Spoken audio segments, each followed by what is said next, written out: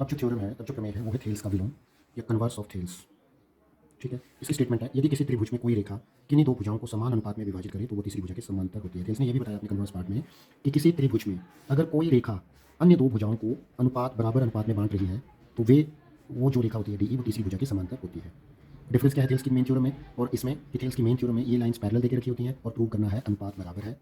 यहाँ कन्वर्स में बोल के रखा है कि अनुपात बराबर है, इधर वाला अनुपात इधर वाले और इधर वाला ये आपस में बराबर है और प्रूव करना है कि ये इसके पैरेलल है। ठीक है, तो गिवन क्या है, एक त्रिभुज देकर रखी है एबीसी, उसमें क्या बोल के रखा है कि जो डी ई रेखा है वो समान अनुपात में अन्य दो भुजाओं को बांट रही है, मतलब A D upon B D, इधर जो अनुपात बन रहा है वो उस अनुपात के बराबर है।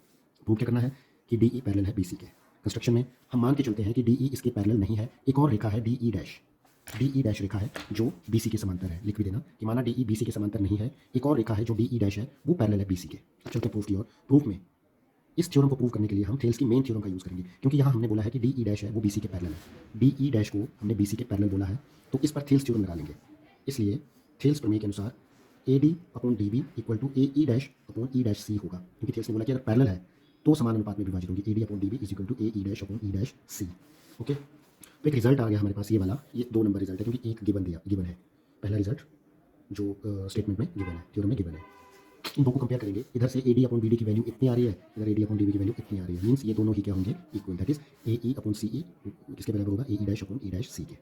मॉडिफिकेशन लाने के लिए दोनों तरफ एक जोड़ेंगे, इस तरफ भी एक जोड़ा इस तरफ भी एक जोड़ा, एक के नीचे एक लगा के एलसीएम लिया वो सी ई आया, तो यहाँ A E plus C E equal to A E dash plus E dash, LCM E dash C आया था। ओके, अब ए ई प्लस सी ई, ए ई और सी ई मिलकर ए सी बना रहा है, तो इसके प्लेस पे मैंने ए सी भर दिया। सेम वे में A E dash plus E dash C भी ए सी बना रहा है। ओके, तो नीचे सी ई इधर ई डैश सी, सेम ए सी से ए सी कैंसर, ये उधर, मतलब सी ई और ई डैश इक्वल आएंगे।